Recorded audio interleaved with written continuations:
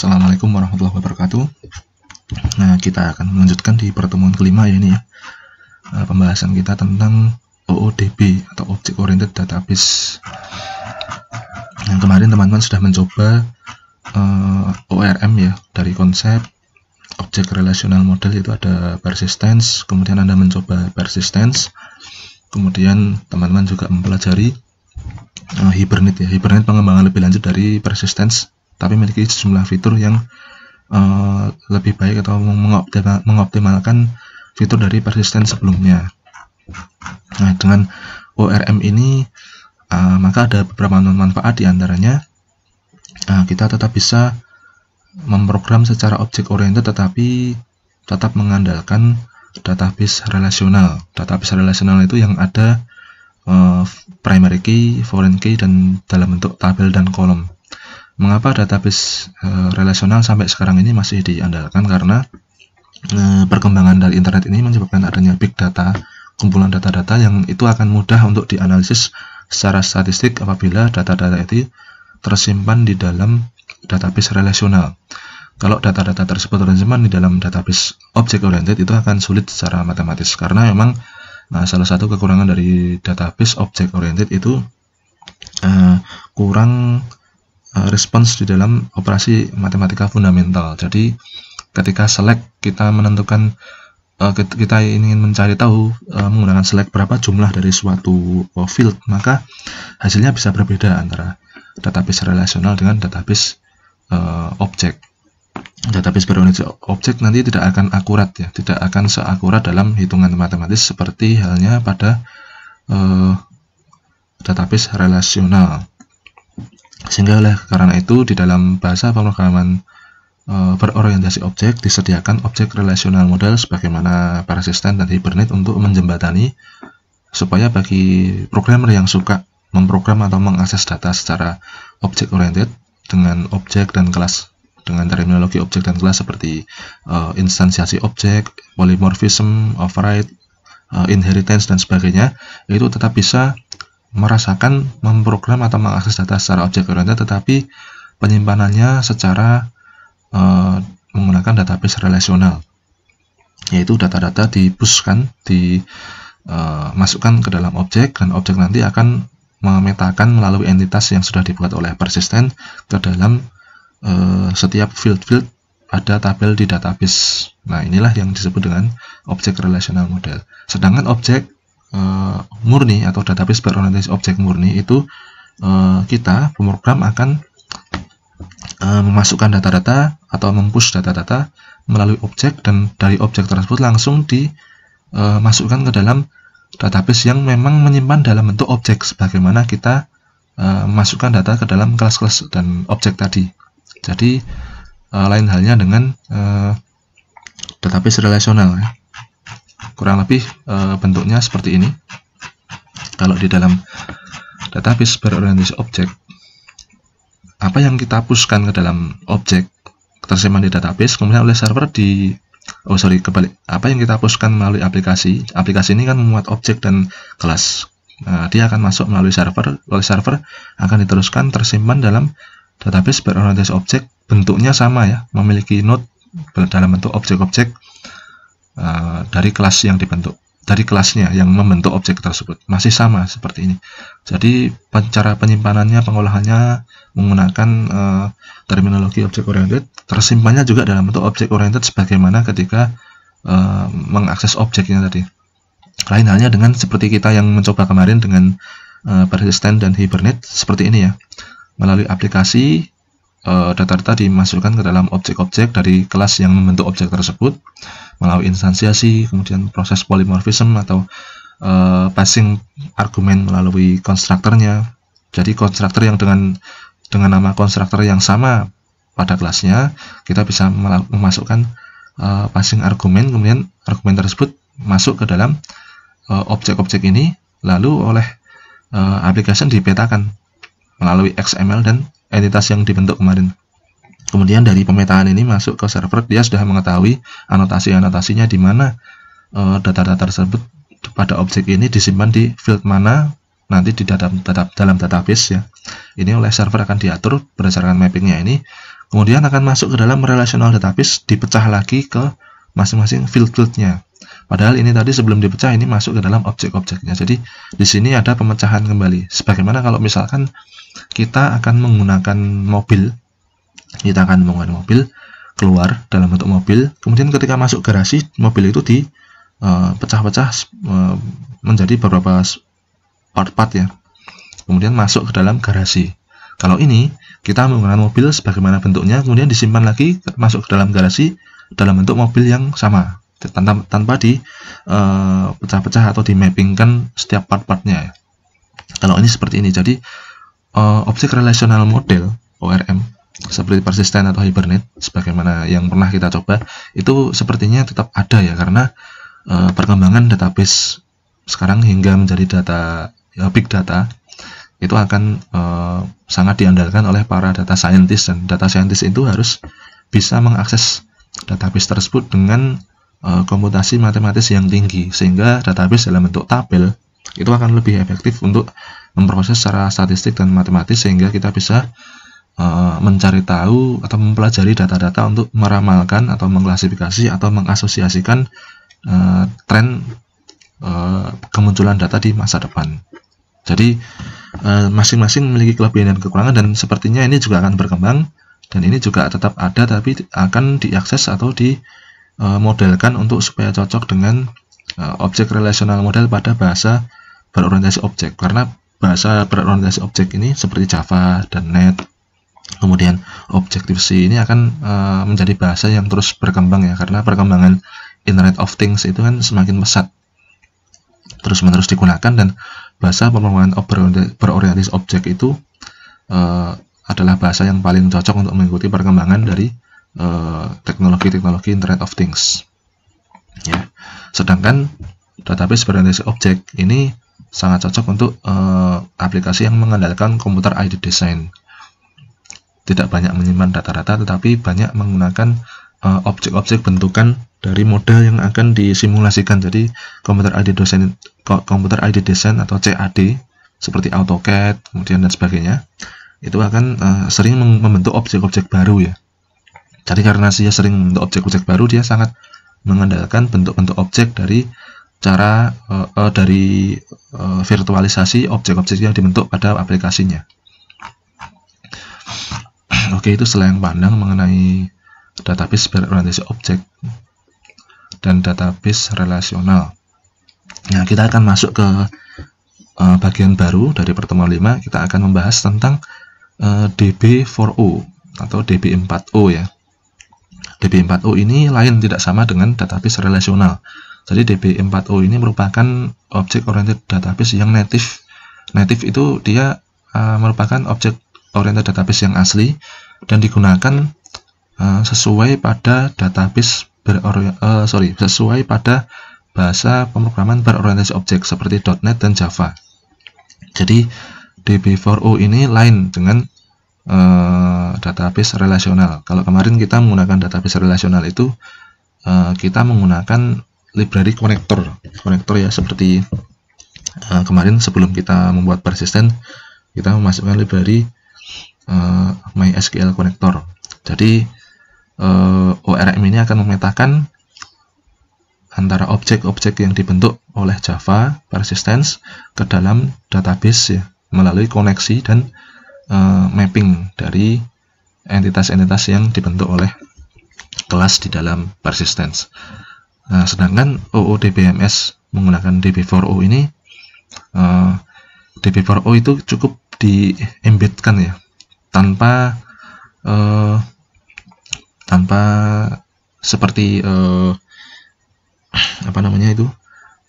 server yang terpisah sebagai server pihak ketiga. Kalau kemarin kita menggunakan SAMPP, itu merupakan aplikasi pihak ketiga dan kita membutuhkan library MySQL.jar sebagai konektornya. Kalau DB4O itu langsung sebagai library yang di-embedkan atau disematkan ya, embed system ke dalam aplikasi Java kita atau aplikasi .NET kita. Jadi DB4O hanya support .NET dan Java ya. Nah, jadi saya akan menggunakan langsung materi dari analisanya seorang pakar database ya, Annemarie Burger dan Pinar Turkimals dari Universitas Libre de Bruxelles, sepertinya dari Bruxelles ya. Bruxelles itu mana? Belgia atau Prancis ya? Kalau dari bahasanya ini seperti Prancis atau Belgia gitu. Dan ini adalah handout ringkasannya berbahasa Inggris, tetapi kontennya sangat efisien memberitahukan kita gambaran tentang DB4O itu seperti apa, dan contoh-contoh implementasinya nanti akan dibahas di sini insya Allah. Ya, DB4O menjadi database yang khusus ya, menjadi database yang khusus, dan dia menjadi database yang layak untuk digunakan apabila kita banyak berhubungan dengan objek-objek. Nah, di sini kita akan membahas tentang bagaimanakah dari DB4O ini bekerja, kemudian perbandingan kinerjanya dengan query-query SQL. Jadi proses di dalam DB4O akan dibahas ekuivalensinya dengan query-query SQL-nya itu seperti apa gitu.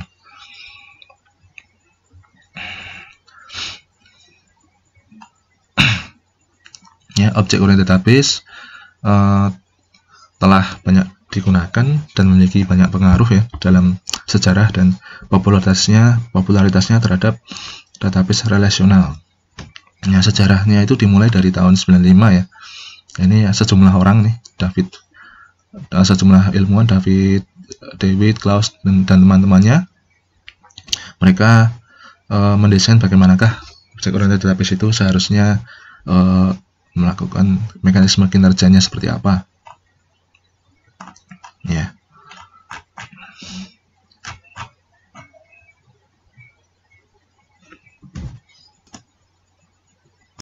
Ya, itu tadi mengenai database object oriented ya.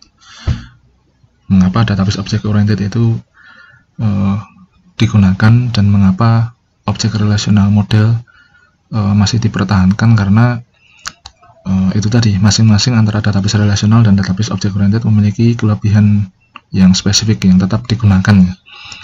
Untuk yang senang memprogram pada lingkungan virtualisasi, kemudian lingkungan computer aided design, maka object oriented database itu menjadi pilihan yang terbaik. Kemudian bagi yang lebih sering menggunakan full text searching atau pencarian teks lengkap dan juga pemrosesan aritmetik dari database secara fundamental, maka pilihan yang terbaik adalah relational database. Dan karena perkembangan teknologi saat ini lebih condong lebih mudah untuk dijangkau dengan object oriented programming, maka bagaimanakah object relational model bisa diperlakukan menggunakan teknik object oriented programming, maka itu diberikan object relational model untuk menjembatani supaya kita bisa mengakses database tetapi secara object oriented programming ya, seperti itu. Jadi kita masuk ke dalam artikel yang sebelumnya kita share, yaitu artikel dari Annemarie Burger dan temannya dari Universitas Bruxelles kalau tidak salah. Nah, ini jadi database relasional adalah apa yang kita sebut sebagai database generasi kedua, dan sejauh ini masih populer ya. Namun dengan meningkatnya dominasi bahasa berorientasi objek seperti Java, kemudian C#, VB.NET ya, dari lingkungan .NET ya, ada C#, VB, maka object oriented database menjadi lebih penting untuk menghindari adanya impedansi mismatch. Impedance mismatch itu biasanya terjadi apabila kita ingin memetakan dari objek ke dalam database relasional. Jadi pada proses mappingnya itu terjadi impedance mismatch.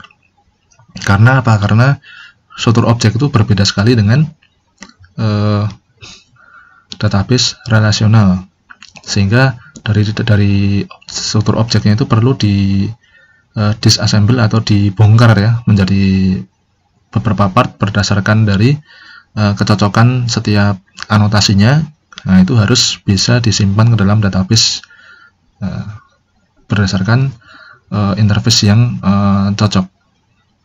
Jadi antarmuka antara database relasional dengan fitur-fitur pada objeknya, objek yang menjadi entitas dari database tersebut harus cocok. Nah, ini pada proses mapping itu sangat beresiko terjadi impedance mismatch.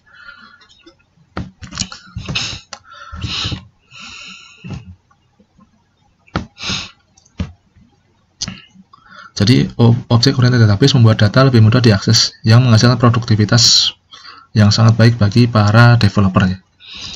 Kemudian, object oriented database adalah database generasi ketiga. Jadi, generasi kedua tadi adalah relasional. Kemudian, generasi ketiga atau pasca relasional yaitu object oriented database. Dikarenakan dominasi yang kuat dari basis data relasional, sangat sulit bagi sistem generasi ketiga, yaitu ODB, untuk mendapatkan pangsa pasar, tetapi masih tetap tumbuh ya, karena dukungan dari beberapa aplikasi spesifik yang menggunakan virtualisasi, sehingga tetap menggunakan database berorientasi objek sebagai pilihannya. Nah, selain itu, relational database tidak berkinerja sangat baik dalam pemrosesan pada jumlah data yang sangat kompleks ya, seperti koleksi gambar, koleksi video stream, dan data-data multimedia. Nah, jadi semakin meningkatnya jumlah aplikasi yang diperlukan untuk menangani data kompleks ini, memotivasi pengembang untuk menggunakan sistem database berorientasi objek. Saat ini, object oriented database digunakan di berbagai bidang seperti computer integrated manufacture, kemudian computer aided design seperti AutoCAD ya, atau ArchiCAD dan sebagainya, kemudian computer aided manufacture, computer aided software, dan sebagainya. Nah, aplikasi-aplikasi tersebut menggunakan database berorientasi objek untuk menangani data grafis yang kompleks, karena data grafis itu menggunakan vertex atau graph ya. Graph itu mudah untuk dibuat virtualisasinya apabila menggunakan itu tadi objek-objek. Jadi instansiasi objek itu akan memudahkan graph itu diturunkan dari kelasnya. Nah, di sisi lain seperti yang dikatakan oleh ini ya, Bagui, beberapa kekurangan dari object oriented database seperti kurangnya dukungan query aljabar standar sebagaimana yang ada pada SQL. Ini juga mempengaruhi pengoptimalan query pada object oriented database. Jadi menjadi keterbatasan tersendiri bagi object oriented database apabila melakukan proses-proses seperti agregat ya, agregat sum, average dan sebagainya itu membutuhkan effort yang lebih besar di object oriented database daripada ketika menggunakan SQL. Jadi untuk operasi matematis ini memang SQL memiliki keunggulan daripada object oriented database. Nah, kemudian pengembangan object oriented database atau DB4O. Dalam hal ini DB4O ini dimulai tahun 2000 oleh perusahaan yang namanya Axian. Kemudian mulai didistribusikan dan dikomersilkan pada tahun 2004 ya. Jadi tahun 2001 sampai 2004 itu mulai dikenalkan dan dikomersilkan. Tapi itu bukan pertama kalinya ya, pertama kali, karena sebenarnya sudah tersedia tahun 1990, tetapi tidak banyak muncul di pasaran karena penggunaan object oriented database atau dalam hal ini adalah DB4O itu sangat terbatas untuk beberapa kalangan.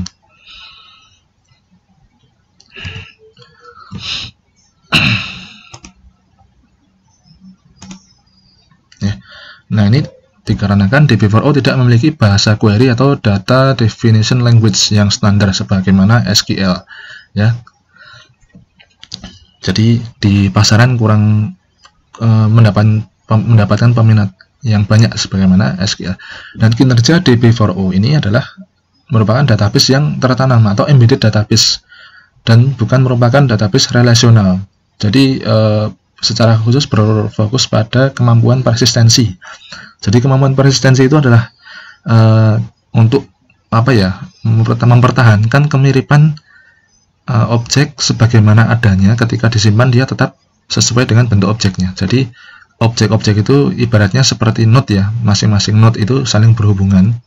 Itu ketika disimpan di dalam database berorientasi objek itu bentuknya tetap sama seperti objek yang berupa node-node yang saling berhubungan tadi, sehingga dikatakan persis atau persis mirip ya, menyimpan dengan mempertahankan persistensinya atau menyimpan sebagaimana struktur adanya tanpa mengubah karakteristik dari objek-objek tersebut ya. Jadi ketika tersimpan di dalam database itu bentuknya persis seperti struktur objek-objek yang dibentuk dari kelas sebagaimana adanya.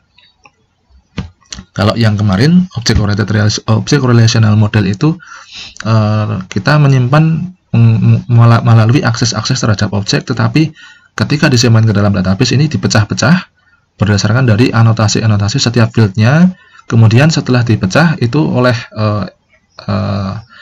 oleh aplikasi di mappingkan atau dipetakan ke dalam tabel-tabel database-nya, sehingga ketika menyimpan itu dipecah ya sesuai dengan field-field pada database-nya.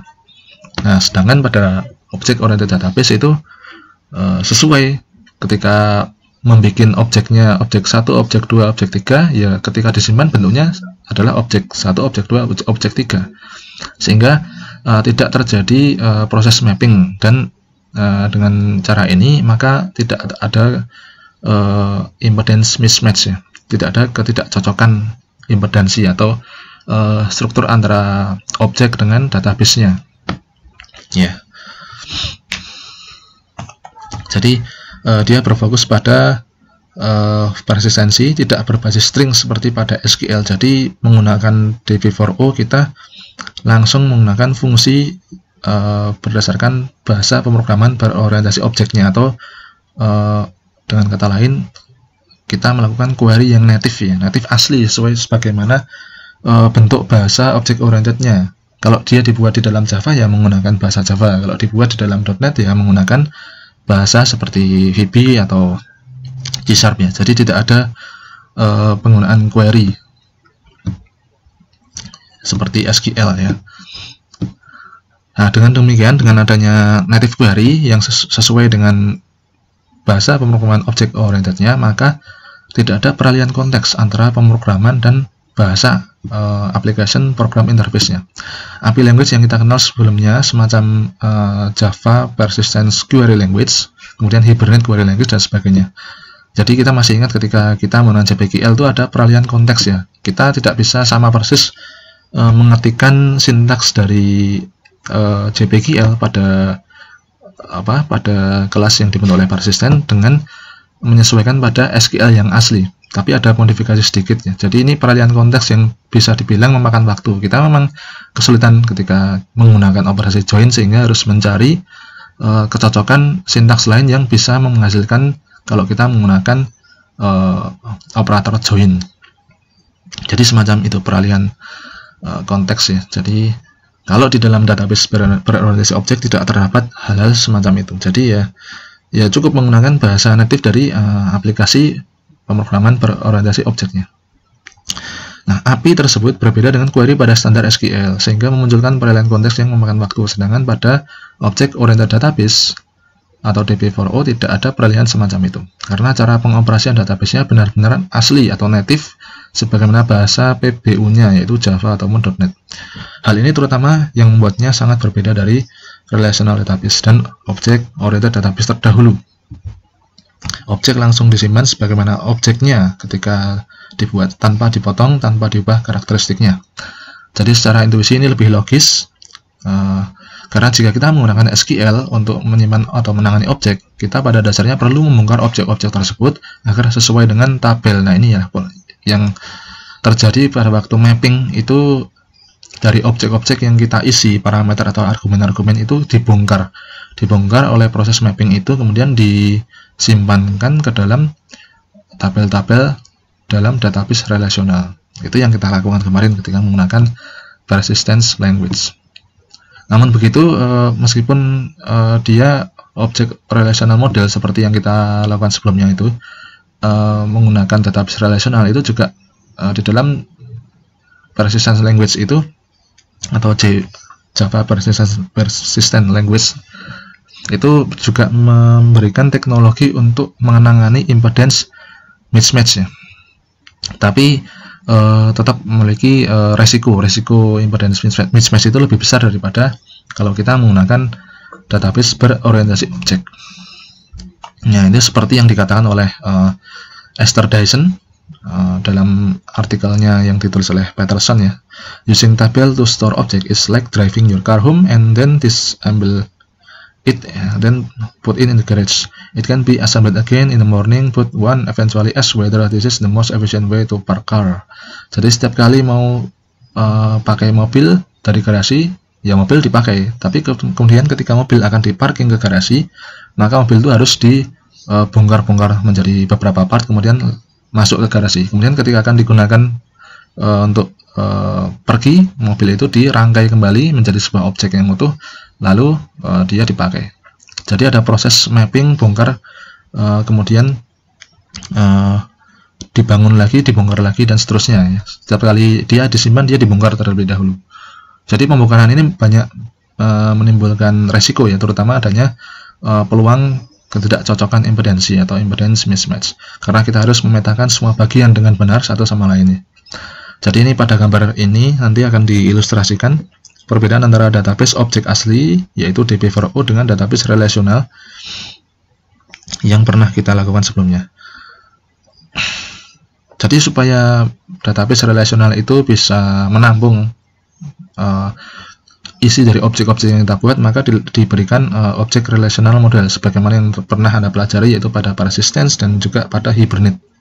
Tapi itu sebenarnya penyimpanannya tetap mengandalkan database relasional, hanya cara penyimpanannya cukup dengan melalui objek-objeknya. Tapi di sana masih ada peralihan konteks query ya, sehingga memakan waktu. Kita tidak bisa murni menggunakan SQL, tapi menggunakan bahasa yang disebut dalam hal itu yaitu JPQL dan HQL. Itu agak berbeda, sehingga memerlukan waktu untuk menguasai karena adanya peralihan konteks dari query-nya tersebut. Nah ini ya struktur pada DB4O seperti ini. Kemudian ini yang kita lakukan sebelumnya, yaitu pada waktu kita mencoba menggunakan objek relational model. Objek relational model ini pada dasarnya hanyalah sebagai jembatan untuk memetakan dari struktur objek-objek yang kita buat pada kelas-kelas kemarin. Ada kelas customer, kelas address, ini kan berupa objek-objek yang saling berhubungan.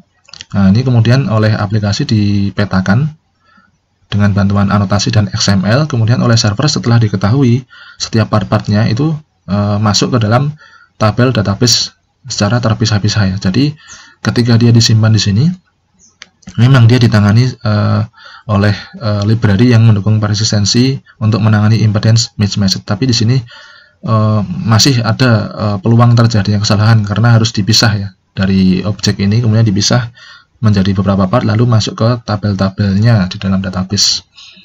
Jadi seperti yang dikatakan oleh Dyson tadi pada artikelnya Peterson, seperti kalau kita memarkir mobil harus membongkar mobil-mobil tersebut menjadi bagian-bagian terkecil, kemudian dimasukkan ke dalam garasi. Nanti ketika digunakan ini harus di mappingkan lagi juga, menjadi suatu bentuk objek yang nanti juga objek itu akan bisa diberi nilai, dan nilai itu kembali di mappingkan ke sini untuk direspon oleh situasi di dalam database relasionalnya. Jadi antara ini dan ini tidak sama, tapi dijembatani oleh proses mapping yang beresiko untuk terjadi impedance mismatch. Sedangkan pada database berorientasi objek dalam hal ini DB4O, ini dia menyimpan persis ya. Jadi objek-objek yang terbuat di dalam dari kelasnya, objek-objek yang terbentuk atau diturunkan dari kelasnya itu tersimpan di dalam cache, kemudian cache itu diteruskan ke dalam server, dan oleh server itu disimpan ke dalam database berorientasi objek atau database embedded DB4O sebagaimana bentuk semestinya ketika dia dibuat di dalam aplikasinya. Jadi ketika disimpan di dalam DB4O ini strukturnya persis. Jadi inilah yang disebut dengan menyimpan dengan berfokus pada persistensi. Penyimpanannya persis. Kalau yang di sini tidak murni persistensi ya, tetapi sudah mengarah ke persistensi, artinya apa? Bentuk di dalam tabel-tabel objek database relasional ini bisa dikatakan kompatibel ya, dipertahankan kompatibilitasnya dengan objek-objek yang dibuat di sini. Jadi ketika objek di sini itu diberi nilai atau dihapus, maka di sini harus merespon perubahannya. Tapi secara bentuknya tidak persis, sedangkan ini secara keseluruhan baik struktur datanya maupun bentuknya ini sama persis seperti ketika dibuat. Jadi kondisi ketika disimpan dalam sini persis ya. Ibaratnya kalau mobilnya masuk garasi ya bentuknya mobil, tidak harus dipisah-pisah. Ya, seperti itu. Jadi query DB4O sangat berbeda dari query SQL. Misalnya kita ingin mendapatkan manajer yang spesifik dan semua karyawan yang terkait dengan manajer tersebut, maka kita memerlukan 2 query dalam SQL. Kalau kita menggunakan SQL perlu 2 query, satu untuk mengquery manajer dan satu untuk mengquery karyawan.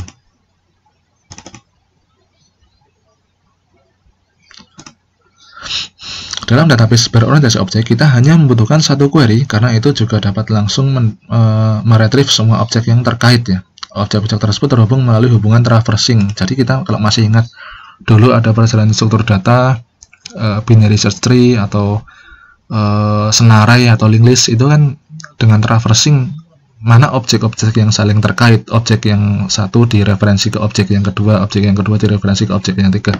Maka dengan cara tersebut kita akan memiliki semacam pointer-pointer ya, dari objek yang pertama sampai objek yang terakhir.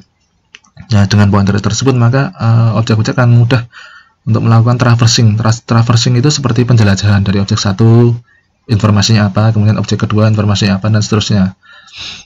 Jadi kalau teman-teman masih mengingat pelajaran binary search tree, itu ada proses traversing yang menunjukkan keterkaitan antara objek satu dengan objek yang lainnya. Ya, jadi masalah traversing ini termasuk cara yang baik, tetapi harus dilakukan secara hati-hati ya, terutama saat kita menggunakan pada struktur objek yang saling terkait dan keterkaitannya itu sangat dalam. Jadi sebagaimana kalau kita melakukan query ya, query di dalam SQL itu dengan sintaks select in select, itu kan strukturnya sangat dalam. Nah, kalau di dalam objek, maka dia harus mencari pada kedalaman objek dan di kedalaman objek berikutnya. Itu sangat perlu penanganan yang hati-hati ya. Nah, untuk mengontrolnya, untuk mengendalikannya supaya query atau retrieve atau nilai yang dicari menggunakan database berorientasi objek ini dapat diperoleh dengan hasil yang tepat sesuai dengan constraint-nya, maka kita harus mengontrol kedalaman aktivasi, yaitu dengan memberikan constraint pada jumlah objek yang bisa diperoleh melalui pemanggilan fungsinya. Ya, jadi kita harus mengontrol kedalaman traversing, kedalaman penjelajahan pada setiap objek yang dibentuk dari kelas itu dengan pembatasan objek yang bisa diperoleh, dengan pembatasan jumlah objek yang bisa diperoleh oleh fungsi yang memanggilnya ya. Jadi ibaratnya kalau misalkan kita ingin mencari 4 karyawan yang terhubung oleh manajer A, maka ya sudah dibatasi saja karyawannya sampai 4 kedalamannya. Ketika sudah mencapai 4 karyawan diketahui, maka dia tidak masuk lebih dalam dari setiap objeknya. Jadi dihentikan traversingnya di situ. Ya, kurang lebih seperti itu. Kemudian DB4O ini memiliki 3 opsi yang berbeda untuk query-nya. Satu dalam bentuk query by example atau key BE. Yang kedua yaitu native query. Yang ketiga SODA query application program interface. Meskipun ini menggunakan API, tapi cara pemrosesannya tetap native ya, sesuai dengan bahasa pemrograman berorientasi objek. Tidak seperti ketika kita menggunakan create query, kemudian name query pada aplikasi yang pernah kita pelajari sebelumnya, itu pada persistent dan Hibernate. Jadi meskipun ini dibedakan 3 opsi, tapi bahasanya masih persis bagaimana bahasa OOP-nya ketika menggunakan DB4O tersebut. Nah, oke, kita akan membahas yang pertama tentang query by example. Ini adalah cara paling dasar untuk melakukan query dan tidak mendekati kekuatan SQL yang seluruhnya ya, karena ini query by XML itu sangat sederhana. Jadi idenya adalah kita membuat objek dengan pencarian nilai field yang kita ingin, kita memasukkan nilai field pada argumen atau parameternya, kemudian yang lain dibiarkan tetap nol ya, tetap bernilai nol, dan kemudian meminta database untuk memberikan semua objek yang sesuai dengan nilai field yang telah kita masukkan sebagai argumen. Lalu query akan mengembalikan koleksi atau query akan mendapatkan semua koleksi dari objek yang cocok dengan atribut-atribut yang kita berikan sebagai argumen. Nah, kerugian dari metode query ini adalah kita hanya dapat memanfaatkannya untuk query yang sangat dasar, simple ya. Jadi hanya beberapa query saja, misalkan select manager from data manager, where misalkan karyawan sama dengan siapa, hanya simbol-simbol saja, dan tidak dapat menggunakannya untuk rentang atau query yang lebih kompleks. Ya, jadi kita ingat pada waktu kita belajar Java Persistence itu juga ada name query ya, name query dan create query. Create query itu disediakan untuk kalau kita ingin memberikan atau mengquery secara yang lebih kompleks ya. Sedangkan name query ini adalah query yang sudah dibentuk pada waktu kita membuat entitas secara otomatis menggunakan persistennya. Jadi ketika suatu database itu dipetakan oleh persistence, maka muncul kelas-kelas yang dibuat berdasarkan dari tabel-tabel database tersebut. Nah, di dalam kelas tersebut sudah ada name query ya, query-query yang bisa dipanggil dengan menyebutkan namanya saja, tapi itu hanya terbatas pada query-query yang sederhana. Sedangkan query yang lebih kompleks harus kita ketikkan sendiri dalam metode create query ini. Ya, kita kemarin yang menggunakan join, kemudian joinnya kita hilangkan, kita ganti dengan klausa yang mirip dengan join, yaitu kita mengetikkannya di create query. Karena apa? Karena name query-nya terbatas. Sama halnya dengan ini ya, untuk query by example itu juga terbatas, sangat sederhana. Kemudian yang kedua yaitu SODA query API. SODA itu singkatan dari Simple Object Data Access ya, dan didasarkan pada query graph. Jadi kalau teman-teman pernah belajar algoritma pencarian jarak terpendek, itu di dalam pemrograman berorientasi objek itu ada graph ya. Jadi query graph ini, mengapa disebut query graph? Karena dia menyimpan dengan mempertahankan bentuk-bentuk objek, dan bentuk objek itu akan mudah dipertahankan kalau kita membuatnya atau merangkainya dalam rangkaian graph ya. Nah, dalam graph kita dapat menentukan jenis objek yang kita inginkan dan menggunakan pemanggilan metode descent. Jadi turun dari kelas tersebut untuk mencari kelas mana sebagaimana untuk mencari objek mana sebagaimana nilai field yang diinginkan. Nah, ini jadi dia descent terus sampai batasan constraint-nya itu ditemukan. Ya, jenis query ini sangat cepat, tetapi cukup asing jika kita terbiasa dengan query SQL. Sehingga ini mungkin menjadi query yang jarang digunakan di DB4O, dan mungkin para pengembang lebih bertahan hanya dengan dua pilihan metode lainnya. Query natif paling direkomendasikan untuk DB4O, dan ketika menjalankan query DB4O mencoba menggunakan dan ketika menjalankannya query DB4O mencoba mengubahnya menjadi query SODA, karena dengan cara ini lebih efisien.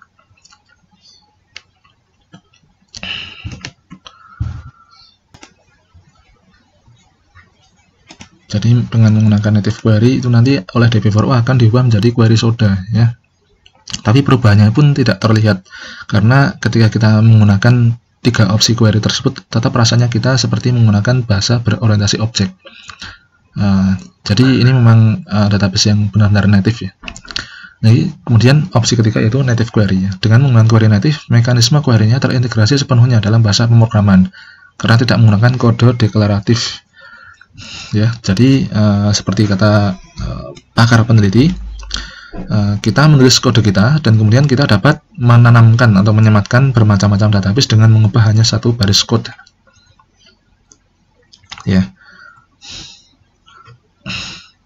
Jadi query native ini menawarkan kemampuan yang menyediakan jenis query yang aman pada database apapun dan juga pada memori objek. Integrasi query dan bahasa ini menawarkan potensi besar untuk berkembang lebih lanjut ya. DB4O akan selalu mencoba mengoptimalkan query yang bisa diartikan query asli, query native diterjemahkan ke dalam query SODA dengan memberikan hasil yang lebih cepat. Kita dapat mengekspresikan query native apapun dalam kode bahasa C#, .NET atau Java yang mengembalikan nilai boolean. Kemudian sistem akan menerapkan metode kita atau fungsi yang kita buat tersebut ke seluruh objek yang tersimpan sehingga mendapatkan atau memperoleh kembali koleksi objek yang cocok ya. Jadi ya seperti kita itu mencari objek dari objek. Kita mencari objek dengan menggunakan objek sebagai parameter, kemudian DB4O akan mengembalikan objek yang kita cari, akan memberikan objek yang kita cari. Tapi sebenarnya objek-objek tersebut tersimpan di dalam database. Jadi rasanya seperti kita memprogram bahasa berorientasi objek ya. Tapi kalau di dalam praktek PPO yang biasa, ketika objek itu atau ketika aplikasi kita dimatikan, maka objek itu akan hilang. Sedangkan ini ketika objek sudah tersimpan di dalam database dan dipanggil kembali, dia tidak akan hilang ya. Jadi dia dipertahankan di dalam database yang di-embedkan sebagai library-nya, yaitu library db4o. Dia akan disimpan di situ. Keuntungan besarnya adalah error yang dapat terdeteksi oleh compiler karena query-nya bersesuaian dengan kode bahasa pemrogramannya ya. Jadi ketika terjadi error ya kita tidak perlu menggunakan try and catch-nya, tetapi langsung dari compilernya akan memunculkan errornya apa. Nah, meskipun db4o ini memiliki kecanggihan yang terlihat sekilas melengkapi kekurangan dari relational database, tapi ada pro dan kontra ya. Jadi fitur utama db4o itu adalah kinerja yang efektif, kekompakan, kemudian nol administrasi, jadi tidak membutuhkan administrasi. Tapi dengan adanya nol administrasi ini menjadi tidak aman ya, karena kita tidak memberikan password. Kalau kita menggunakan MySQL itu kan ada akses koneksinya menggunakan password ya. Passwordnya apa, kemudian rootnya apa gitu. Jadi ada administrasinya. Sedangkan ini tidak.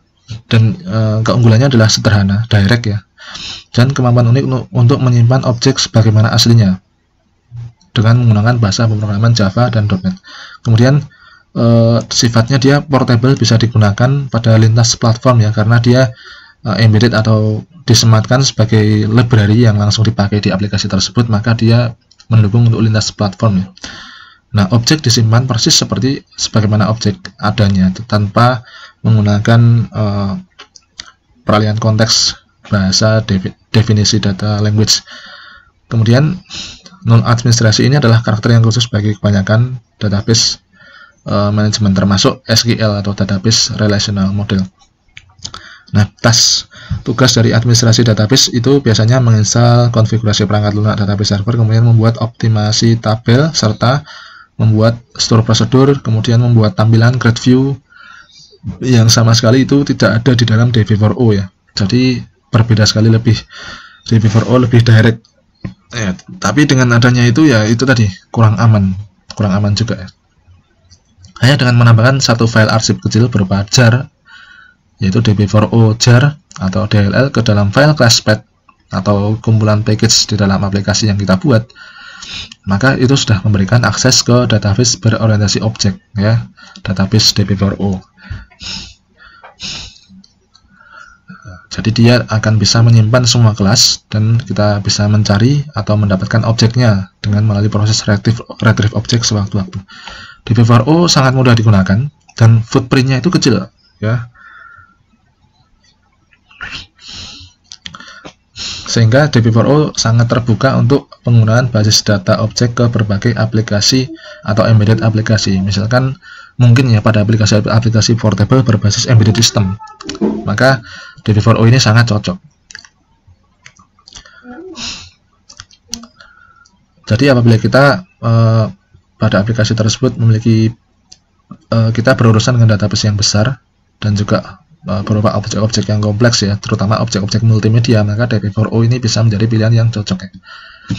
Jadi db4o tidak dimaksudkan sebagai sistem manajemen basis data yang berdiri sendiri.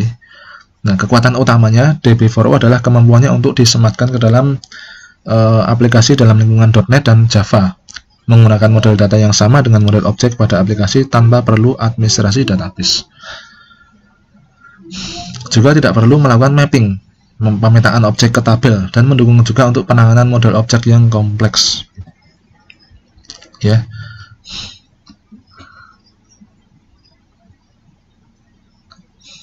Jadi karena db4o bukan berbasis string, ini sangat tidak cocok untuk pengindeksan teks lengkap. Jadi kalau kita mencari data string lengkap itu kurang cocok ya menggunakan db4o. Tapi db4o lebih cocok ketika kita berurusan dengan database yang menggunakan graph ya, graph atau vertex, yaitu umumnya adalah database multimedia, video, kemudian database yang berurusan dengan multimedia, maka db4o ini menjadi pilihan yang tepat.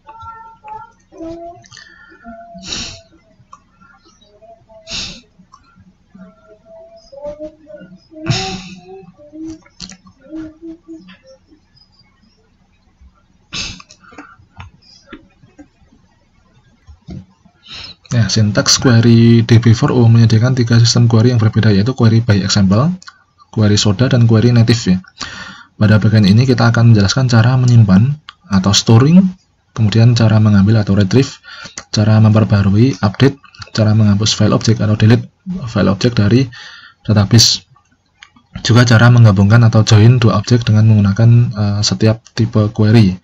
Pertama, kita harus membuat dulu kelas untuk menyimpan data kita ya, sebagaimana gambar ini ya. Jadi kita harus menyertakan dulu import library db4o-nya, kemudian db4o object container. Jadi object container nanti digunakan untuk menampung dulu objek-objek yang akan disimpan ke dalam db4o ya. Dan di sini setelah kita cantumkan pustaka-pustakanya dari library db4o, lalu kita membuat kelas. Kita membuat kelas untuk menyimpan data kita. Kelasnya person ya, seperti ini.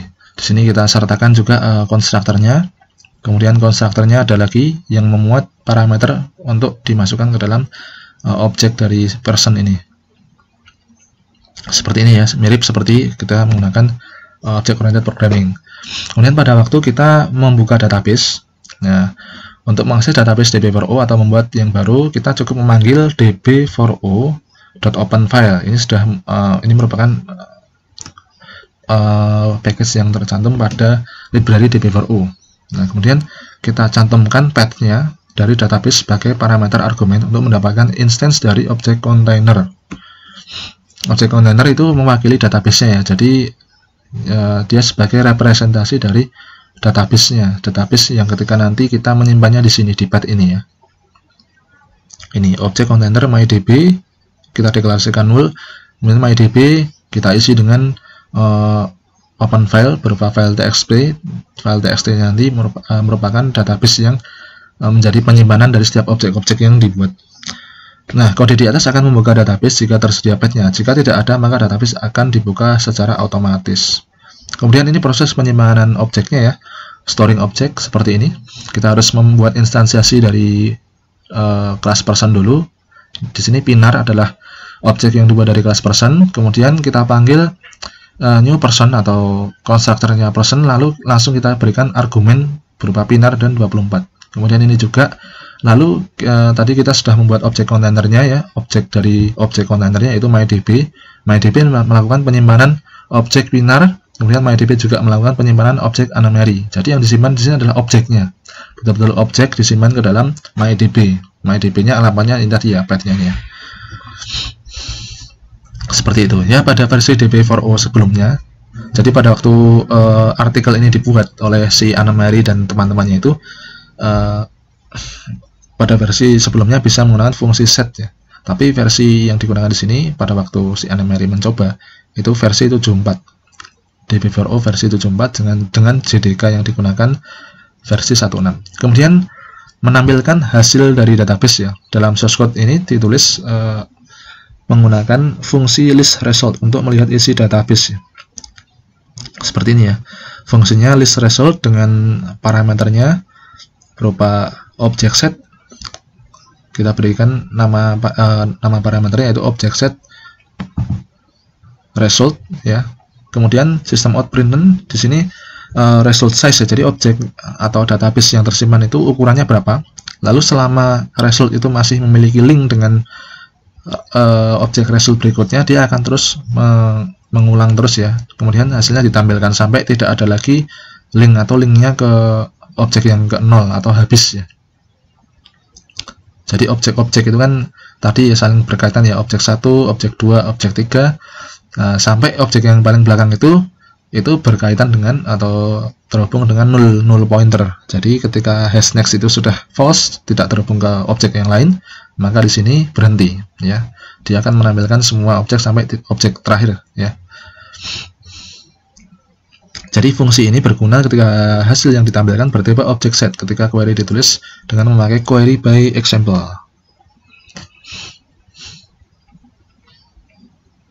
List result.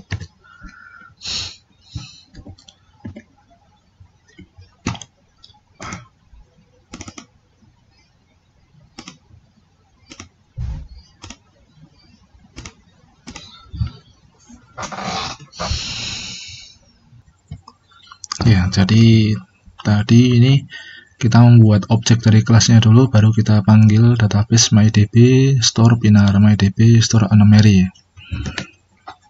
Ya, jadi objeknya yang disimpan, seolah-olah seperti menyimpan objek tapi sebenarnya menyimpan ke dalam database. Kemudian untuk mendisplay kita gunakan fungsi list result ya, sampai resultnya ini tidak memiliki atau menunjuk ke null objek, sehingga dia berhenti menampilkan dari isi result ya. Kemudian untuk menampilkan hasil menggunakan cara query native perlu kita gunakan fungsi lain, yaitu list result ya. Fungsi ini menerima parameter berupa list ya. Jadi ini pemanggilan list result and key dengan parameter atau argumen berupa objek dari list, yaitu person, p-nya kecil. Jadi di dalam Java itu case sensitif ya, antara p besar dan p kecil itu beda. Kalau di dalam SQL tidak case sensitif ya, jadi kita menggunakan huruf besar kecil tetap sama. Tapi di Java ini harus hati-hati. Jadi ini person p kecil ini adalah objek dari person dalam bentuk list. Nah, selama objek set person ini masih memiliki keterkaitan dengan objek berikutnya atau tidak menunjuk pada null objek, atau dengan kata lain bukan objek yang terakhir. Jadi objek yang terakhir itu selalu menunjuk ke null objek ya. Maka dia akan menampilkan isi dari person tersebut. Dia akan person.next. Kemudian selama masih ada menunjuk pada objek yang ada, kemudian tampilkan person.next ya, dan seterusnya. Seperti ini. Ini sama seperti kita menggunakan list di dalam Java ya. Padahal ini sebenarnya kita menampilkan database. Jadi pemrogramannya untuk database DB4O ini benar-benar native ya, sesuai dengan bahasa object orientednya. Kemudian query by example ya. Saat menggunakan query by example, kita membuat objek sebagai prototipe bagi DB4O. Oleh DB4O digunakan sebagai sampel dari apa yang akan kita retrieve ya. Kemudian DB4O akan mengambil semua objek dari tipe yang diberikan atau argumen yang kita berikan ya. Jadi argumen itu bisa berupa nilai dari field atau nilai dari kolom di dalam database. Kemudian hasilnya akan diretrieve, dikembalikan lagi sebagai sebuah instance atau variable atau instansiasi dari objek set. Jadi kita akan menggunakan metode list result untuk menampilkan isi dari hasil objek set yang berhasil didapatkan berdasarkan argumen yang kita masukkan. Keuntungannya ini mudah digunakan dan sangat cocok untuk pemula ya. Sebagian besar waktu disarankan untuk menggunakan query native hanya setelah lebih familiar dengan DB4O. Jadi query by example ini sederhana, tapi kalau kita sudah mulai familiar dengan DB4O dan object oriented, ini bisa menggunakan query native ya. Jadi kekurangan dari query by example itu tidak berguna untuk query yang kompleks. Ini salah satu contoh menggunakan query by example ya. Kita ingin menampilkan si pinar ini ya, pinar. Jadi select where clause ya. Ini setara dengan select where clause. Terlebih dahulu kita bentuk objeknya dari kelas person, karena tadi kelas pertama untuk menyimpan data nama orang itu adalah kelas person ya. Ini kita instansiasi, kita buat objeknya itu proto namanya. Kemudian new person, nah ini langsung manggil konstruktornya diisi dengan pinar. Kemudian object set result ini membuat objek result dari kelas object set untuk menampung hasil query-nya ya. Kemudian ini panggil mydb query by example proto, artinya dia select yang personnya itu namanya pinar, karena proto tadi diisi dengan argumen pinar, sehingga dia akan menampilkan ini ya, hasilnya pinar dan variabel berikutnya atau parameter berikutnya yaitu age-nya atau umurnya 24. Jadi dia akan menampilkan semua nilai field dari person yang bernama pinar ya. Hasil ini akan sama ketika kita menggunakan query SQL sebagai berikut ya. Jadi select semua dari tabel person dengan nama pinar. Semua data dari field yang namanya pinar itu akan ditampilkan. Ya, sama seperti tadi. Jadi kita bentuk dulu objeknya, objek dengan nama pinar, lalu pinar ini ditampilkan dengan memanggil mydb query by example proto. Nah, protonya kita masukkan sebagai argumen atau parameternya, karena proto tadi sudah dibentuk dengan konstruktor dengan nilai binar ya. Dia sudah memulai nilai binar, jadi dia akan menampilkan select dengan name binar dari tabel person. Kemudian query by example terbatas kemampuannya. Ini hanya memberikan padanan query dengan kriteria yang benar-benar cocok dan tidak terlalu fleksibel pada kriteria gabungan. Ya, jadi menurut Peterson dia ada kelemahannya. Kalau kriterianya gabungan sudah mulai kompleks begitu, nah itu sulit. Misalkan where name binar and age di bawah 30 dan sebagainya, itu sudah mulai mungkin kurang didukung oleh query by example. Kemudian proses update, memperbaharui objek ini dilakukan dengan sintaks seperti ini ya. Kita membuat dulu objek dari objek set, kemudian kita panggil query by example. Query by example-nya adalah new person anomaly. Jadi dia query by example-nya memanggil konstruktor dengan isian parameter anomaly. Kemudian kita buat objek person. Kita buat objek person dengan nama font. Kemudian nama font ini akan menampung hasil dari ini tadi query by example ya, karena query by example-nya ditampung di result, sehingga oleh objek font ini adalah objek dari person, dia akan di tracking hasil dari result itu apa saja. Kemudian ketika font menentukan atau mengeset nilai age-nya 25, MyDB ini menyimpan nilai 25 ini, update 25 ya. Jadi kita setelah menemukan nilai dari person, kita set setelah kita menemukan ini tadi person dengan anomaly, kita set age-nya 25, kita ubah umurnya 25, kemudian disimpan. Lalu di sini ada proses pemanggilan fungsi retrieve all person dengan parameter masukan MyDB ya. Kemudian ada juga soda query ya. Jadi soda query itu ilustrasinya seperti ini. Ini satu kelas person, kemudian field dari kelas person yaitu name yang memiliki nilai Lincoln itu adalah objek yang diturunkan dari kelas person ya. Ya, jadi pada gambar ini kita dapat melihat perwakilan grafik atau representasi grafik oleh query soda. Ini untuk mengambil semua objek dari kelas person yang memiliki atribut name, yang nama name-nya itu Lincoln ya. Ya, seperti yang kita lihat ini field dari kelas itu diturunkan dari kelas name person ini, diturunkan dari node kelas itu sendiri. Jadi field name ini adalah turunan dari kelas node itu sendiri ya. Itu adalah ciri khas dari query soda. Sebenarnya query soda itu merupakan terjemahan dari native query ya. Jadi native query itu biasanya nanti oleh DB4O akan diterjemahkan ke dalam query soda, soda API, soda application program interface. Keuntungan dari query soda ini itu sangat cepat, kemudian efisien jika kita memahaminya, baik untuk pembuatan query dinamis. Tapi juga memiliki kekurangan, yaitu lebih sulit untuk terbiasa menggunakannya, karena cara query yang berbeda dari SQL dan tidak berbasis string ya. Di samping itu juga tidak aman dan tidak ada pemeriksaan waktu kompilasi. Ini salah satu contoh penggunaan query soda untuk melakukan proses. Kalau kita menggunakan SQL itu prosesnya select all. Nah, ini proses di dalam query sodanya seperti ini, soda API ya. Jadi MyDB query dipanggil dulu, ditampung ke dalam objek query. Objek query ini merupakan instansiasi dari kelas query. Kemudian pada query ini kita berikan constraint person class. Jadi constraint-nya adalah semua data-data di dalam person. Lalu kita membuat instansiasi dari objek set berupa res ya. Res ini untuk menampung hasil execute dari query. Karena query nanti adalah menampilkan semua data-data dari tabel person. Kemudian ditampung di objek set dengan instan atau objek namanya res ya. Lalu di sini list result ini menampilkan semua objek set res ya. Ya.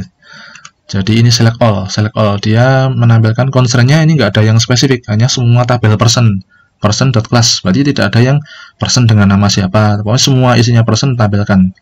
Setelah itu query-nya di execute ya. Execute, hasil execute-nya ditampung di res. Supaya hasilnya tampil, maka list result-nya itu dieksekusi dengan parameter hasil dari query execute tadi, yaitu REST tadi. Ini ditampilkan. Hasilnya seperti ini, ada Gandhi, umurnya 79, kemudian Pinar 24, Anamari 23, dan seterusnya ya. Kemudian ini untuk select with dengan kondisi where pada soda query ini seperti ini ya. Sama, kita juga membuat objek dari kelas query, kemudian objek itu untuk menampung query, MyDB query. Lalu MyDB query, jadi ibaratnya MyDB query itu seperti melakukan select. Nah, selectnya itu perlu constraint nggak? Perlu batasan nggak? Oh, ada constraintnya, yaitu person ya, semua data person.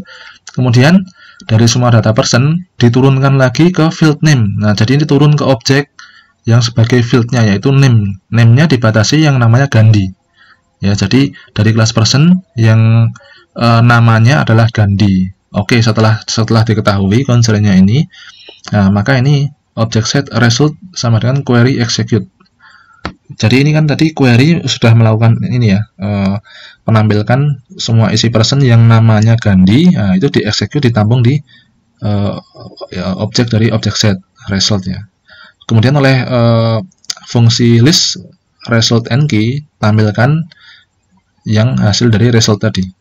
Jadi objek resultnya dimasukkan ke dalam argumen ini, karena list result akan menampilkan objek dari hasil execute query ini. Nah, hasilnya ini ya, Gandhi 79. Jadi sama seperti select from tabel person where name sama dengan Gandhi, maka tampil Gandhi 79. Kemudian ini untuk kalau kita melakukan di dalam SQL select with where not, nah itu soda query-nya di dalam DB4O ini ya, seperti yang di kotak hitam ini ya. Pertama kita deklarasikan dulu query MyDB query, kemudian kita buat query constraint-nya karena kita ingin menampilkan di dalam tabel kelas ya. Nah, kemudian kita lihat lagi di dalam tabel kelas, kita persempit lagi. Constraint-nya apa? Oh, age-nya. Query descent age. Kita turunkan ke bagian field age-nya. Kita batasi constraint-nya age-nya adalah 79, tapi not ya. Jadi yang tidak 79. Nah, kemudian hasilnya kita tampung di sini query execute. Lalu di sini akan tampil nama-nama person yang umurnya tidak 79. Kemudian ini ya, select dengan OR. Select dengan OR.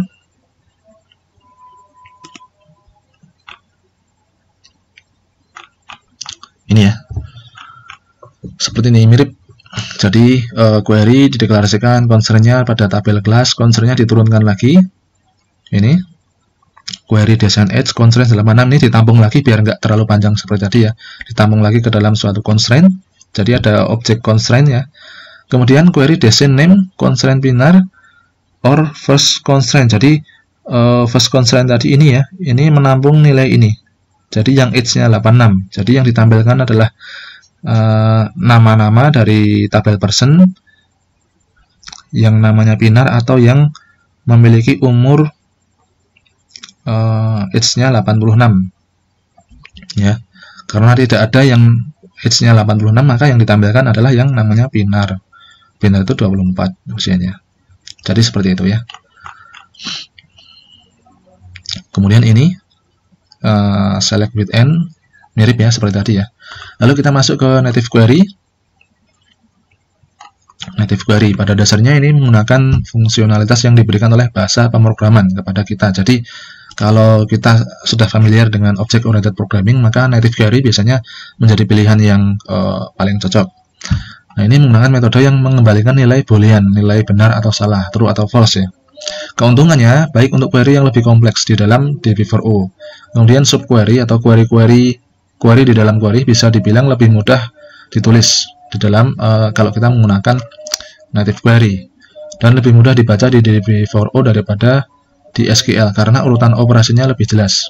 Kemudian keuntungan berikutnya, tidak perlu mengedit pemetaan atau mapping ya, maupun string query saat model-model berubah. Kemudian sortingnya juga lebih mudah karena kita mensorting linked list ya, mensorting objek itu lebih mudah. Tapi kekurangannya di dalam native query ini tidak terlalu mendukung fungsi-fungsi agregat atau fungsi-fungsi yang cukup dikenal di dalam SQL ya, sehingga perlu ada semacam tambahan di dalam DB4O sehingga dia bisa atau query native ini bisa melakukan agregat fungsi matematis, karena memang di dalam DB4O itu ada kekurangan untuk mengoperasikan operasi aljabar atau aritmetika fundamental ya. Ini salah satu contoh query native untuk menampilkan untuk select statement dengan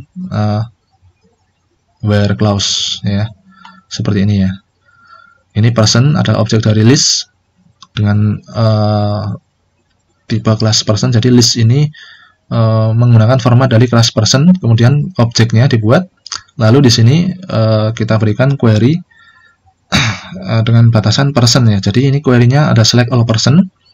Kemudian di sini kita berikan fungsi manakah yang cocok dengan person 1. Nah, di sini kita cari person 1 yang sama dengan usianya 25. Jadi dia akan mencari terus ya, ini ya, dari hasil ini kan person ini kan dia sudah di-query kan oleh ini kan, oleh predikat person, kemudian dicari terus selama masih ada data person, dicari terus mana yang hasilnya sama dengan 25. Jadi seperti pemanggilan fungsi biasa ya, lalu kita berikan kondisinya. Setelah ketemu ya, constraint-nya yaitu age 25, dia akan menampilkan atau mereturnkan itu tadi, get age yang 25 ini. Ya, ini memang harusnya di sini person 1 ya, karena yang dipakai di sini person 1. Jadi harus sesuai. Ini mungkin hanya contoh ya, dari contohnya ada kekeliruan sedikit ketika si pakar tersebut melakukan percobaan mungkin. Yang di screenshot adalah bagian yang tidak sesuai. Ini person 1 itu dari sini ya. Harusnya ini person 1 dideklarasikan dari person. Kemudian setelah person 1 ini menampung hasil query dengan seluruh tabel person, hasil query atau select all tabel person, itu dicari di sini oleh fungsi match person 1 ini mana yang umurnya 25. Sampai ketemu. Ketika ketemu ya udah. Berarti dia mengembalikan nilai booleannya true ya.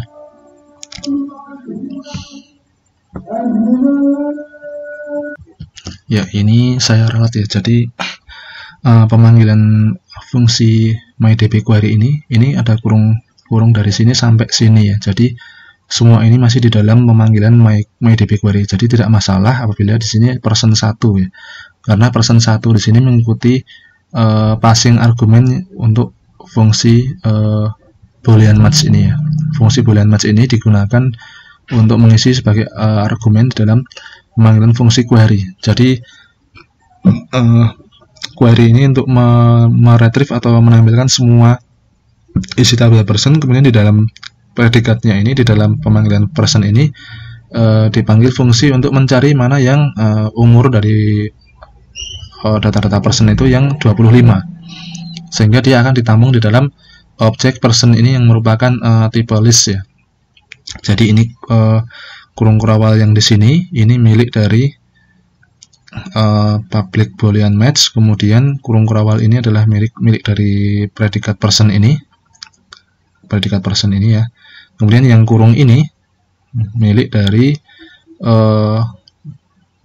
fungsi dari query mydb.query ini ya.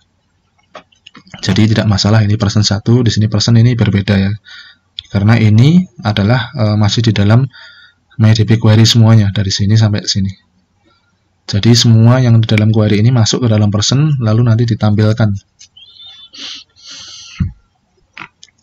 Kemudian ini select statement dengan range ya. Jadi kita membuat objek person yang isinya adalah menampung hasil query. Ya, ini parameter query-nya diisi dengan predikat person. Kemudian predikat person ini dideklarasikan, yaitu pemanggilan fungsi untuk mencocokkan semua isi di dalam objek person. Nah, objek person ini direpresentasikan dengan objek person 1 yang usianya di bawah 24 atau usianya di atas 60. Jadi usianya di bawah 24 atau di atas 60, kemudian itu ditampung di dalam person ini yang bertipe list ya. Jadi semua data-data person yang umurnya di bawah 24 atau di atas 60 tahun itu semuanya masuk dalam bentuk senarai atau list ya. Senarai yang namanya person P kecil ini, sehingga ketika ditampilkan ini ya, ada banyak yang hasilnya sesuai dengan constraint ini ya. Kemudian ini select dengan n. Ini pertama kita juga membuat instance object dari list person, diisi dengan mydb.query. Query-nya itu dibatasi dengan predikat person. Kemudian dia memanggil predikat person ini memanggil fungsi match dengan parameter person yang constraint-nya di sini langsung berupa return-nya. Jadi ciri khas dari native query tadi ada return-nya, dia mengembalikan nilai boolean true atau false-nya. Kalau tidak ada ya berarti false, kalau ada ya berarti muncul di objek person ini. Ya. Kemudian dia akan memanggil match dengan objek parameter person yang nilai field get age-nya itu 24, di atas 24, dan namanya pinar. Nah, ternyata ada sehingga hasilnya pinar titik koma 24. Kemudian ini proses sortingnya ya, sama seperti ketika Anda memanfaatkan komparator ketika menggunakan object oriented programming. Nah, ini menggunakan komparator. Komparatornya bertipe person, menggunakan tipe person, dan kita buat objek dari komparator bertipe kelas person ini, namanya person comparator. Kemudian diisi dengan new comparator person. New comparator person-nya ini memuat passing argumennya ini ya. Jadi passing argumennya ini berupa fungsi compare P1 P2, kemudian P1 get name compare to P2 get name. Ini untuk sorting dari get name, jadi sorting secara abjad dari name-nya ya. Ini memang di dalam bahasa pemrograman berorientasi objek Java khususnya itu ada cara-cara seperti ini, komparator antara string 1 dengan string 2 ini untuk mengurutkan string. Kemudian list person, jadi kita tampung di dalam list bertipe person, nama objeknya result. Di sini kita isi dengan hasil dari query new predikat person yang diisi dengan match person. Jadi ketika ini ya match person dengan person comparator. Jadi dia akan mencocokkan apabila selama objek personnya itu ada true. Nah, kemudian ini hasil komparannya tadi, person comparator tadi menampung apa saja hasil pengurutan nama berdasarkan abjad tadi. Ini ya, dia selalu melibatkan fungsi boolean, ciri khas dari native query itu. Kemudian kalau kita ingin melakukan operasi join, nah, maka operasi join ini kita harus terlebih dahulu membuat multiple class ya. Jadi kita akan lihat bagaimana melakukan join di DB4O yang kita tiru contohnya dari artikelnya Peterson dan kawan-kawan. Untuk mekanisme join kita harus memiliki dua kelas yang berbeda. Pertama, kita bisa membuat kelas misalkan pilot ya, nama kelasnya pilot dengan variabel-variabelnya, kemudian konstruktornya ini untuk passing parameter membuat objek pilotnya bisa langsung diisi nama dan poin berupa integer, namanya berupa string, kemudian ini ya metode-metode di dalam kelas pilotnya, dan kita bisa memasukkan vehicle ke dalam kelas pilot sehingga kita membuat kelas lain yang disebut car. Misalkan kita buat lagi kelas yang namanya car ya. Di dalam car ini juga menyertakan objek atau instansiasi objek dari kelas pilot ya, ini ditandai dengan private pilot kemudian spasi pilot kecil, artinya membuat instansiasi objek berupa pilot yang sifatnya private ya, hanya untuk kelas car ini saja. Kemudian set pilot, kemudian ini set pilot, this pilot ya.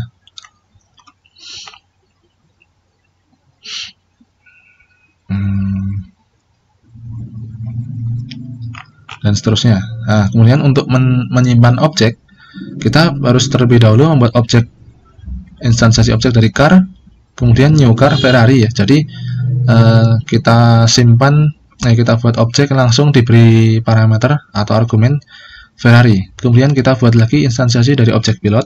Ini sama seperti kita objek oriented programming ya. Nama objek pilotnya pilot 1 langsung memuat passing parameter yaitu string maker dan 100 ya.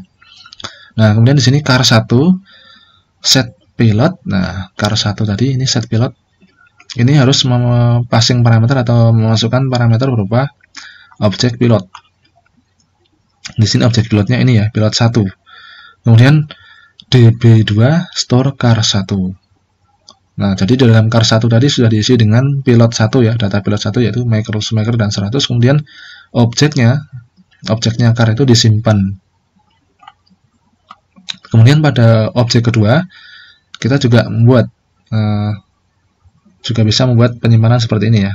Misalkan Ruben Barrichello, ini kalau nggak salah pembalap Ferrari tahun 2001. Michael Schumacher, Barrichello, Hakkinen, kemudian Ralf Schumacher, adiknya Michael Schumacher ya, dan seterusnya. Ini sama ya, pilot 2, new pilot, kemudian DB store pilot 2. Berarti data Ruben Barrichello 99 ini dalam pilot 2 disimpan ke dalam database sebagaimana bentuknya objek pilot 2. Kemudian car 2, new car BMW, ya ini juga car 2 set pilot 2 ini berarti nilai BMW dimasukkan ke dalam car 2. Ya.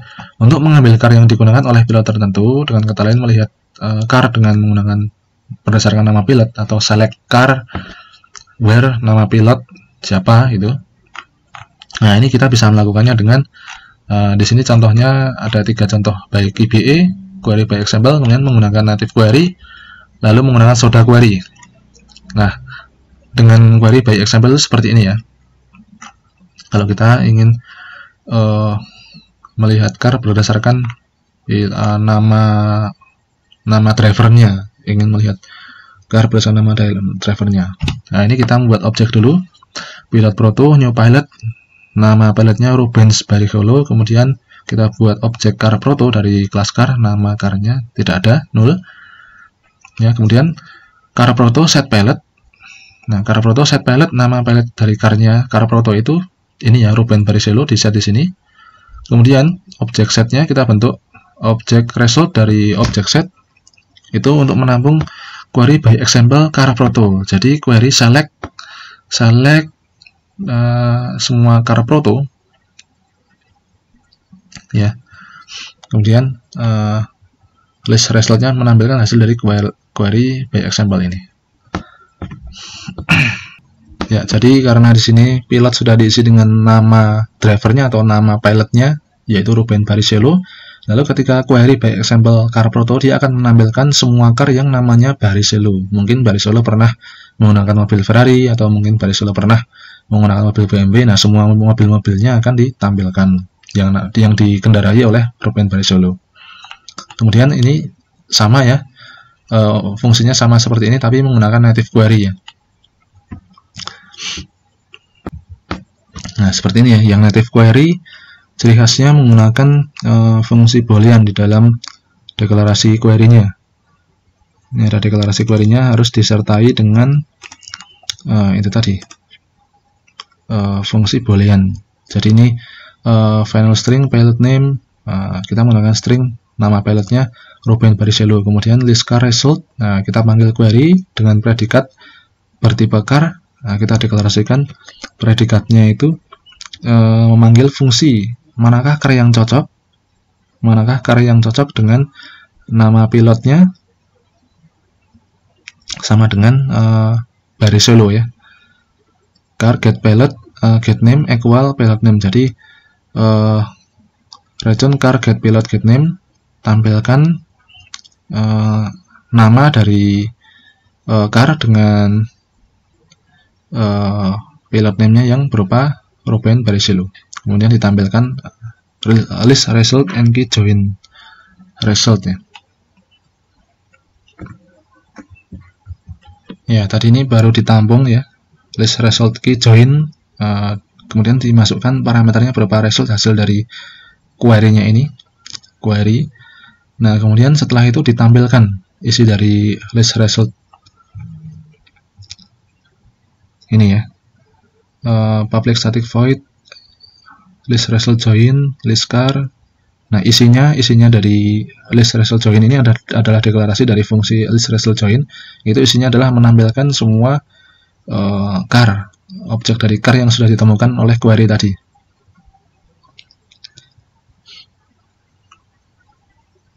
Jadi di sini list result join-nya menggunakan list car bertipe car ya. Dia langsung menggunakan car karena tadi car sudah dikenai predikat berdasarkan dari nama dan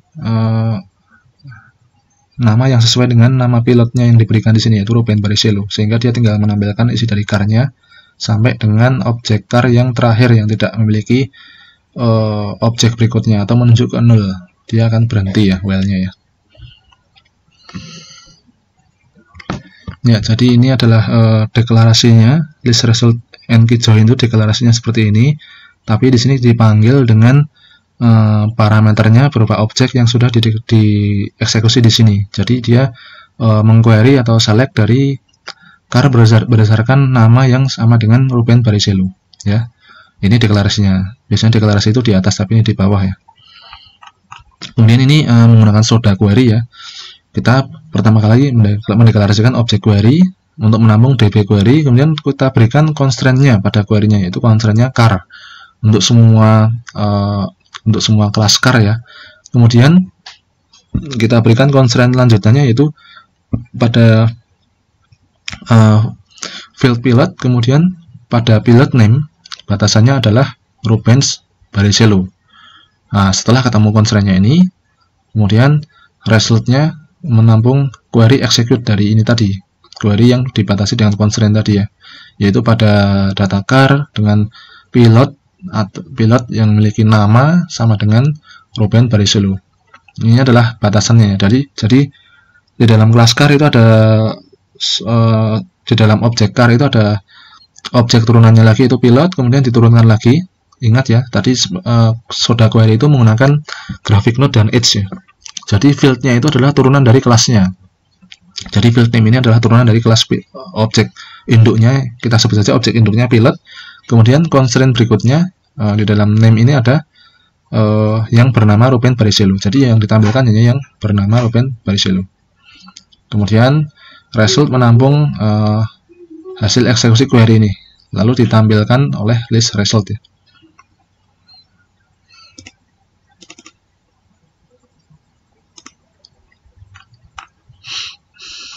Jadi seperti itu. Mungkin tadi yang sebelumnya ada yang kurang jelas karena suara saya terkena suara kipas angin ya sepertinya. Kita sedikit mengulang lagi di awal.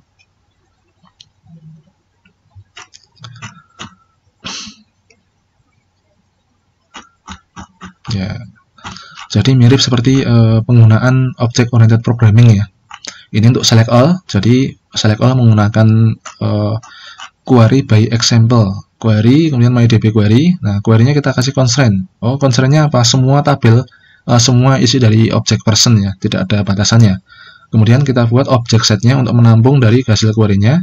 Kemudian di sini object set-nya itu berupa instansiasi res sama dengan hasil execute dari query dengan batasan semua isi dari person. Nah, kemudian ditampilkan ini ya, list result ditampung ke dalam res hasil query execute ini ditampung ke dalam list result, jadi ditampung ke dalam scenario. Kemudian nanti menggunakan while list res.next, nah itu ditampilkan semua hasil query-nya ya, yaitu ada Gandhi, Pinar, Anamari dan seterusnya. Kemudian ini select menggunakan where ya. Pertama kita deklarasikan dulu query, kemudian constraint dari query tersebut itu person class, lalu dari person itu kita turunkan lagi constraint turunannya. Constraint lebih lanjutnya apalagi ini namanya. Jadi field namanya dengan nama Gandhi ya, dengan field nama Gandhi. Nah, hasilnya ini ditampung ke dalam list result ya. Jadi semua yang namanya Gandhi, nah, ini ditampung ke dalam list result. Nah, ternyata Gandhi cuma satu. Hasilnya ketika list result itu di print menggunakan while seperti tadi menggunakan hash next tadi ya, itu hasilnya adalah Gandhi 79.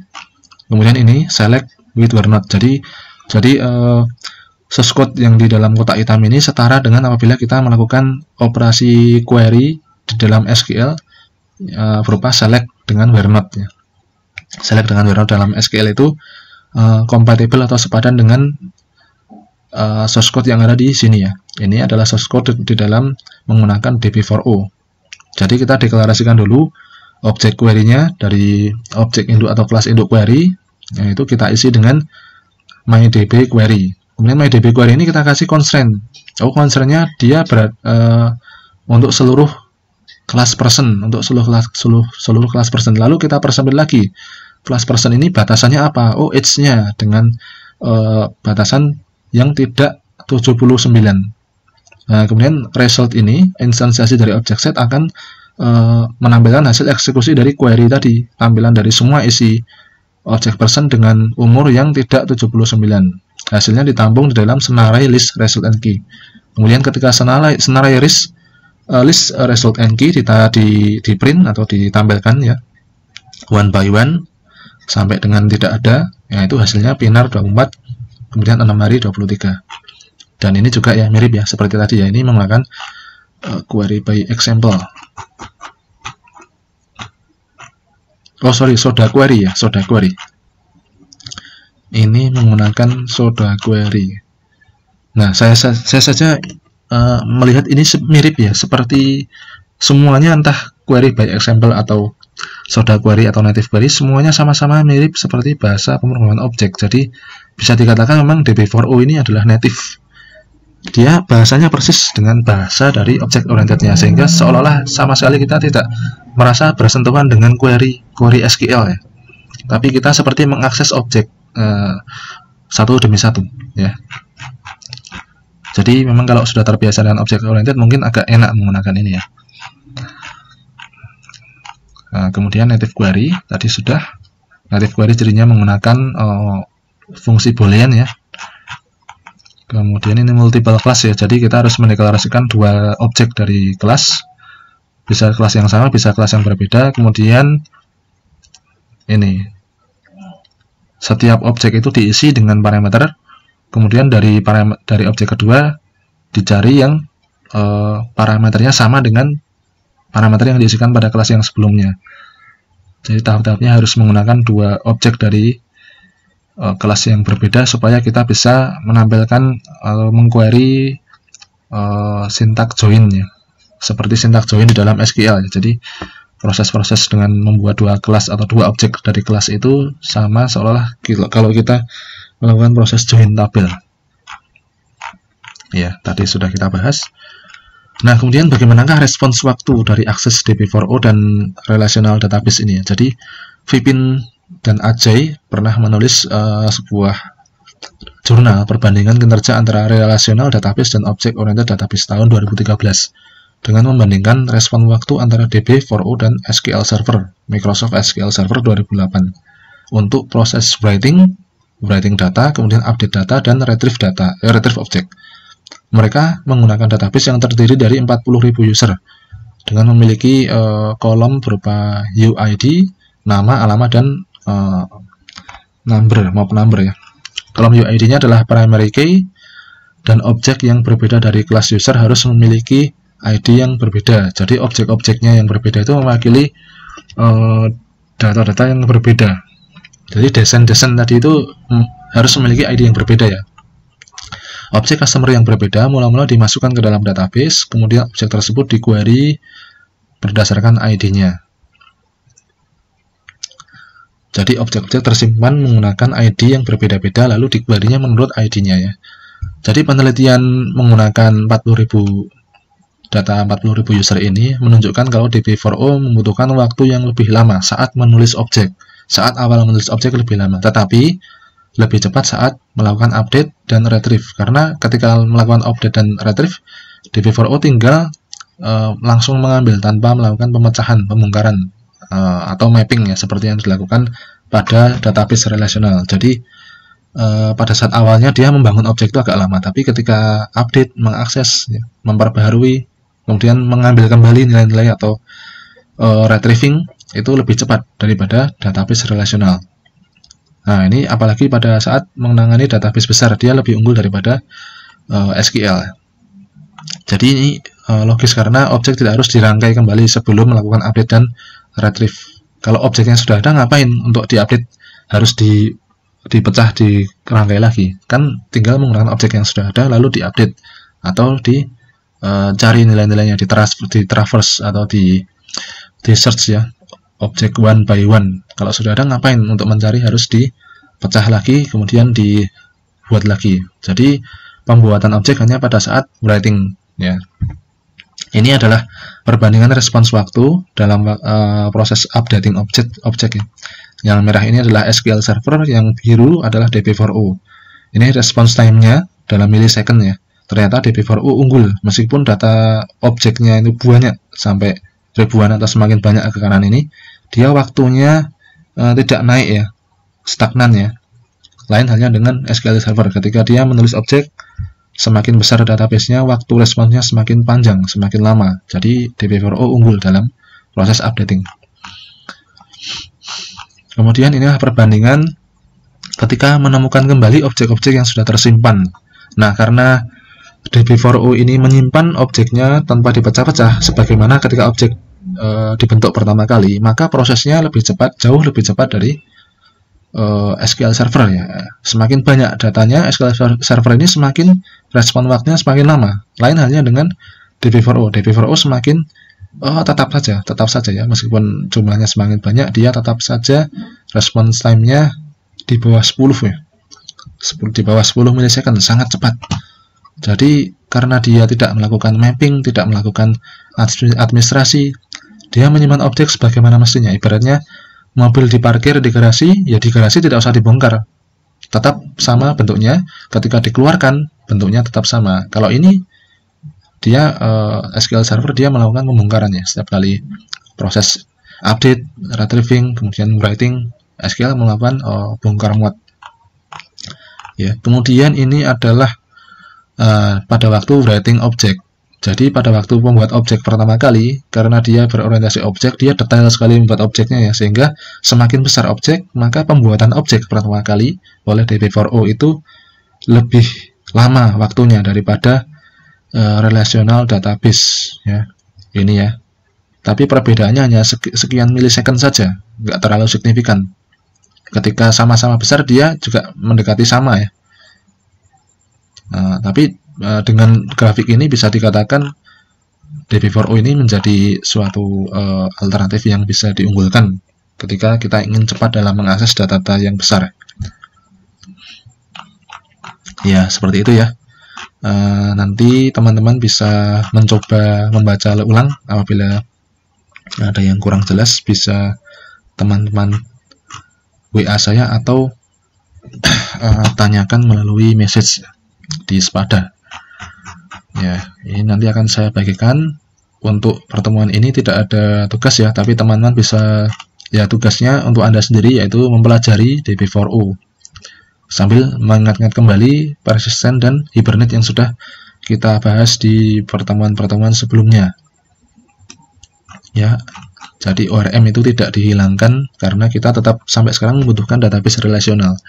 Hanya dalam kondisi tertentu database relasional itu lebih lambat dan kurang mampu untuk menyimpan data multimedia, sehingga kita perlu keberadaan dari object oriented database, di mana memprogram atau mengakses object oriented database seperti DB4O itu hampir sama lah seperti kita mengakses pemrograman berorientasi objek ya. Tapi kalau di ORM kita mengakses objek dan di dalamnya ada proses mapping di mana objek-objek nanti akan dipecah-pecah supaya bisa tersimpan ke dalam field-field dari tabel database di MySQL atau SQL Server atau database pihak ketiga. Jadi seperti itu. Terima kasih atas perhatian Anda. Wassalamualaikum warahmatullahi wabarakatuh. Salam sejahtera semuanya.